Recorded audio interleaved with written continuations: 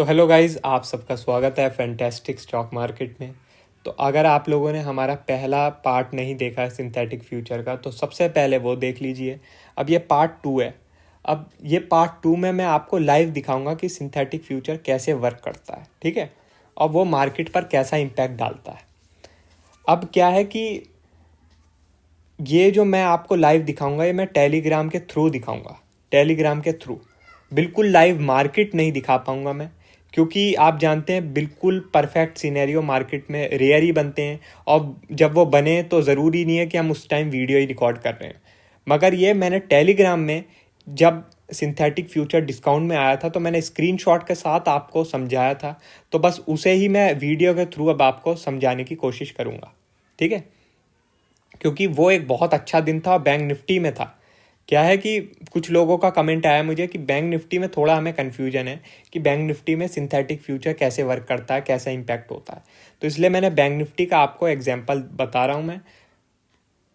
आप लोग देख सकते हैं बैंक निफ्टी 43,694 पर था 8 नवंबर को, ठीक है। तो हमने क्या, बैंक निफ्टी 43,700 का पुट ऑप्शन, 43,700 का कॉल ऑप्शन लगा लिया था। आप लोग देख सकते हैं कि जो पुट ऑप्शन था वो कॉल ऑप्शन से लगभग डबल था, लगभग डबल, ठीक है।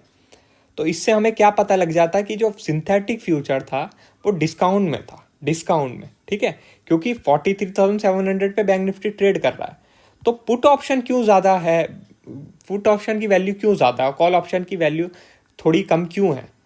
वो इस वजह से क्योंकि सिंथेटिक फ्यूचर डिस्काउंट में है। समझ गए? आपको दिख रहा है कि बैंक निफ्टी 43,694 पर है, जबकि ऐसा नहीं है। वो लगभग 43,670 के आसपास ट्रेड कर रहा होगा, 70 के आसपास सिंथेटिक फ्यूचर में, स्पॉट में नहीं। समझ गए? तो सिंथेटिक फ्यूचर हमारा नेगेटिव में, हमें पता लग गया। अब नेगेटिव में है तो आप ये भी देख सकते हैं कि नेगेटिव में होके उसने मार्केट पर क्या इंपैक्ट डाला। आप लोग देख सकते हैं 20 ही मिनट बाद जो 43,700 का पुट ऑप्शन था वो 127 रुपये पर पहुंच गया, और बैंक निफ्टी 43,700 का जो कॉल ऑप्शन था वो 5 रुपये पर आ गया, 5 रुपये पर। तो आप लोग देख सकते हैं कि जो बैंक निफ्टी का सिंथेटिक फ्यूचर डिस्काउंट में था उसने मार्केट में नेगेटिव इम्पैक्ट डाला, और मार्केट नीचे चली गई। पुट ऑप्शन की वैल्यू और भी बढ़ गई, कॉल ऑप्शन की वैल्यू और भी कम हो गई। समझ गए?